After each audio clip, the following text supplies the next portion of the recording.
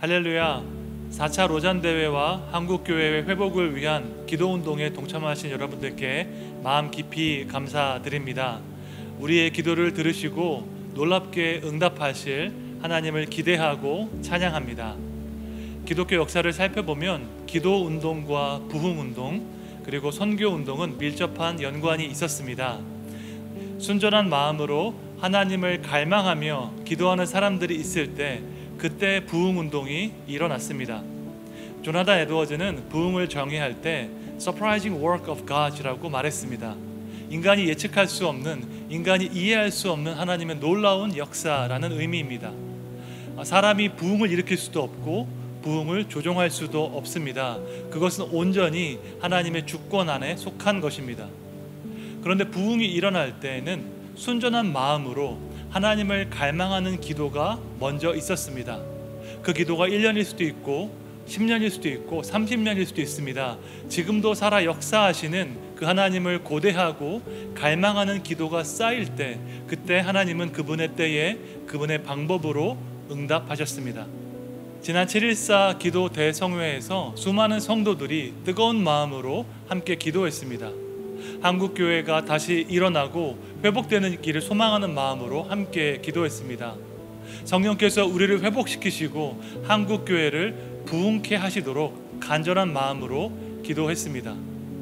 그런데 부흥은 그 자체가 목적이 될 수가 없습니다. 교회가 회복되고 성장하는 것 자체가 목적이 될 수는 없습니다. 부흥은 더 크고 영원한 궁극적인 목적을 위해서 존재합니다. 그것은 바로 세계 선교와 하나님의 나라입니다. 하나님의 영광을 인정하는 것이 온 땅에 가득하는 것을 위해서 부흥이 필요한 것입니다. 하박국 2장 14절을 보면 이는 물이 바다를 덮음같이 여호와의 영광을 인정하는 것이 세상에 가득함이니라 말씀하고 있습니다. 하나님의 영광을 갈망하는 기도가 쌓일 때 부흥이 임하는 줄로 믿습니다. 살아계신 하나님은 지금 이 시대에도 그분의 놀라운 역사를 행하실 줄로 믿습니다. 그렇게 부흥이 일어났을 때 나타나는 가장 중요한 열매가 한 가지 있는데 그것은 바로 선교 운동이었습니다. 18세기 조나단 에드워즈의 대각성 운동은 북미 인디안 선교 운동으로 이어졌습니다. 19세기 D.L. 무디의 부흥 운동은 캠브리지 7과 학생 자원 운동으로 이어졌습니다. 뜨거운 기도 가운데 성령의 역사를 체험한 사람들은 지리적, 사회적, 문화적인 경계를 넘어서 복음을 전하는 그 열정을 갖게 되었습니다.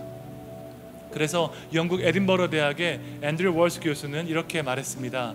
근대 선교 운동은 복음주의 부흥 운동이 맺은 가장 중요한 열매이다 라고 말을 했습니다. 4차 로잔 대회가 내년 9월에 한국에서 열립니다.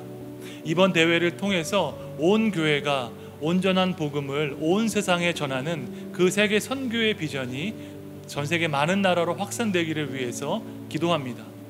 세속주의와 물질주의의 위협 앞에서 힘을 잃은 한국교회가 다시 한번 복음의 능력으로 새롭게 되기를 위해서 기도합니다. 그런데 이것은 우리 스스로의 힘으로 할 수 없습니다. 성령 하나님께서 우리 가운데 역사하시고 이것을 감당할 수 있는 힘과 지혜를 허락하실 때 가능할 줄로 믿습니다. 그렇기 때문에 하나님 나라를 꿈꾸는 사람은 기도에 헌신하게 됩니다. 로잔 대회 준비위원회에서 보내드리는 기도 제목을 통해서 간절한 마음으로 함께 기도해 주시기를 부탁드립니다. 이 세대 가운데 하나님의 뜻이 이루어지고 하나님의 나라가 완성되는데 한국교회가 귀하게 쓰임받을 수 있도록 함께 기도해 주십시오. 우리의 기도를 들으시고 우리가 생각하는 것보다 더 놀랍게 역사하실 하나님을 기대하고 찬양합니다. 감사합니다.